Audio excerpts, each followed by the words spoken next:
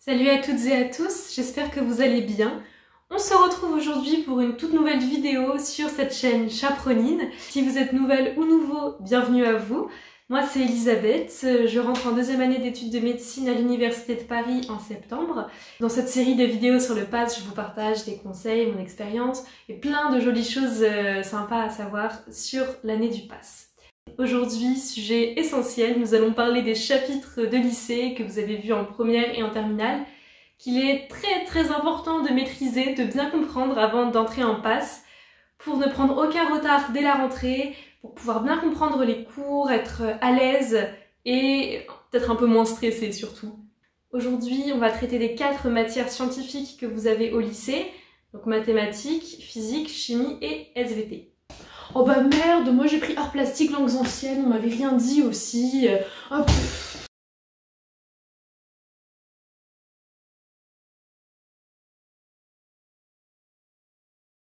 Pour réaliser cette vidéo, je suis allée consulter les bulletins officiels qui correspondent au programme des matières scientifiques que vous avez en première et en terminale. Et j'ai essayé d'évaluer, à partir de ce que j'ai appris en PASS, ce qu'il était intéressant de bien maîtriser. 2 petits points à aborder quand même.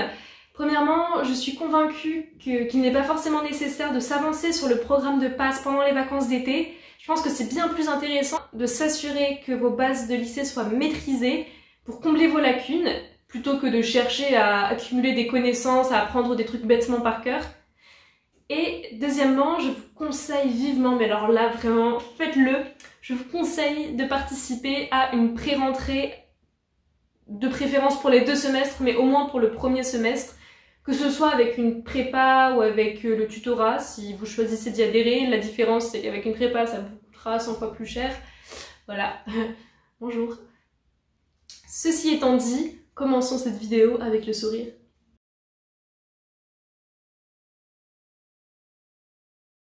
Alors, le thème de SVT qu'il est absolument indispensable de connaître, de bien comprendre, c'est celui qui, en tout cas d'après votre BO, s'intitule « Transmission-expression et variation du patrimoine génétique ». Je pense que vous voyez de quoi je veux parler, c'est toutes les connaissances de base à avoir sur le génome humain, comment se code l'information génétique, la transmission du patrimoine génétique avec la mitose, la méiose, également comment on passe du gène à une protéine avec la transcription, la traduction, tous ces mécanismes. Donc tout ce grand thème vraiment est indispensable, donc celui-là, je vous conseille vivement de le revoir pour avoir les notions clés en tête. Et évidemment, l'an prochain, ce sera bien plus précis, il y aura bien plus de choses à retenir.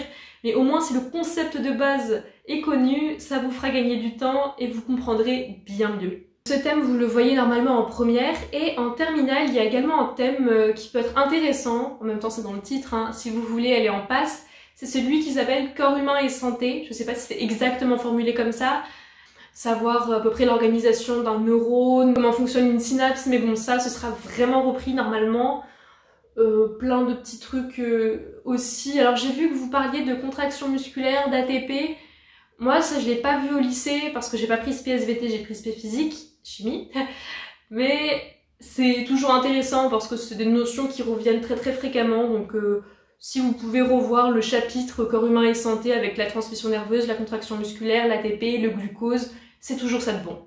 Ah oui, également en termes de maladies, il y a 2 exemples que je peux vous conseiller de connaître, le diabète et le cancer.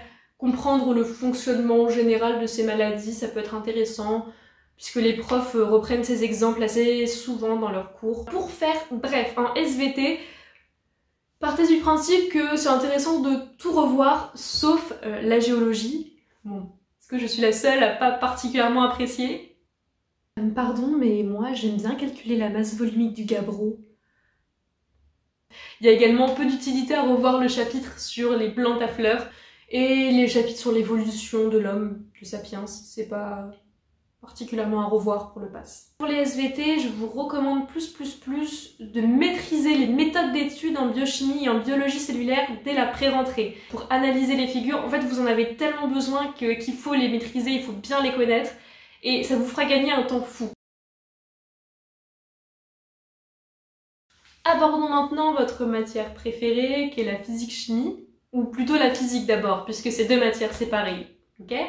Oui, vous allez avoir le privilège d'avoir de la physique et de la chimie. Je vais commencer par ce qu'il est essentiel de connaître en physique. Tout d'abord, les interactions fondamentales, donc là je pense à la gravitation, à l'interaction électrostatique, donc avec la loi de Coulomb. Également, puisqu'on parle d'interaction, les forces, ensuite les énergies, l'énergie potentielle, l'énergie cinétique, le travail d'une force, pour faire le lien entre force et énergie. Tu dis coucou à la caméra?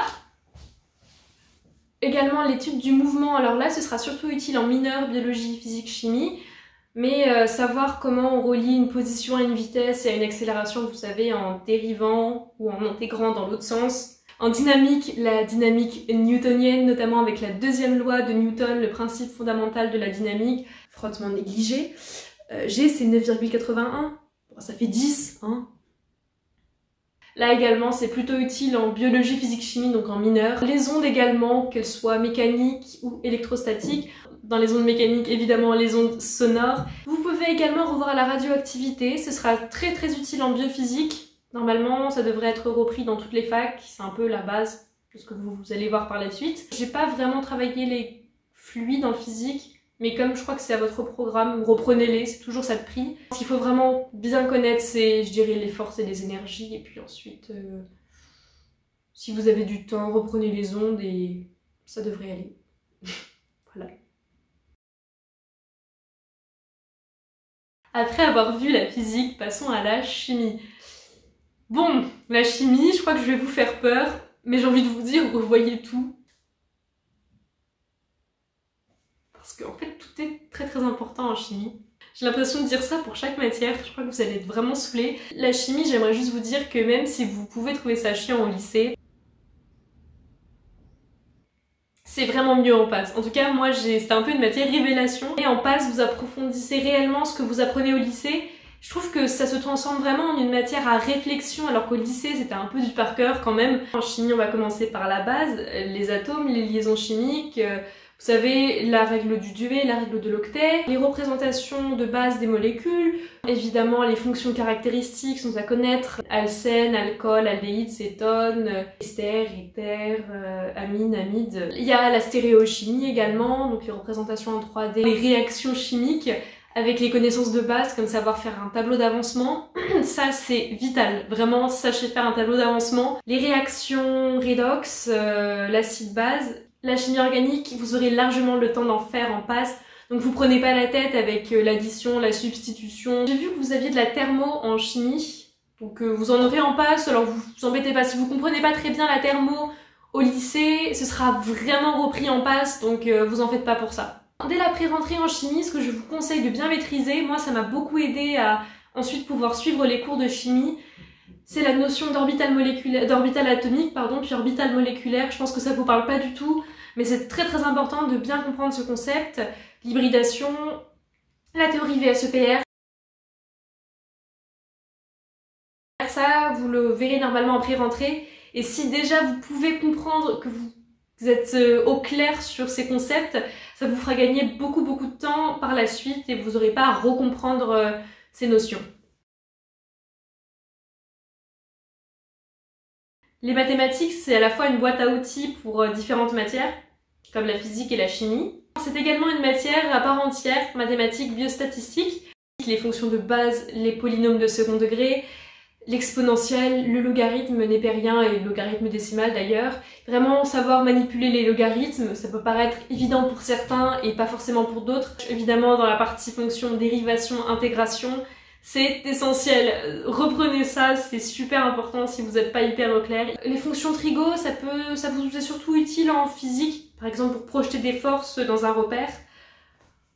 Oui, surtout les valeurs caractéristiques d'angle avec le sinus et le cosinus associés. Savoir additionner des vecteurs, faire un produit scalaire.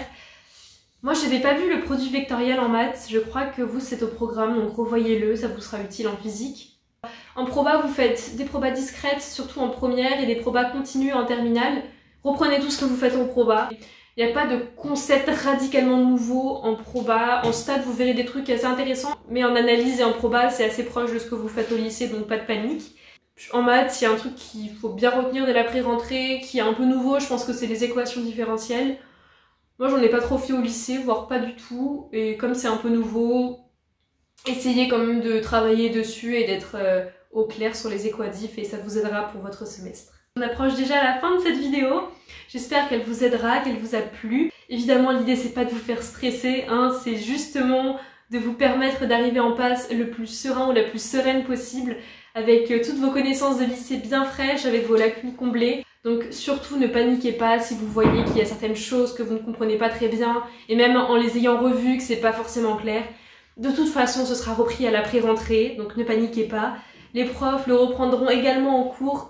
Honnêtement, le meilleur conseil que je puisse vous donner là maintenant, c'est de profiter de vos vacances, de passer du temps de qualité avec les gens que vous aimez. Je vous embrasse très très fort et je vous dis à très vite pour une prochaine vidéo. Gros bisous. Tchuss.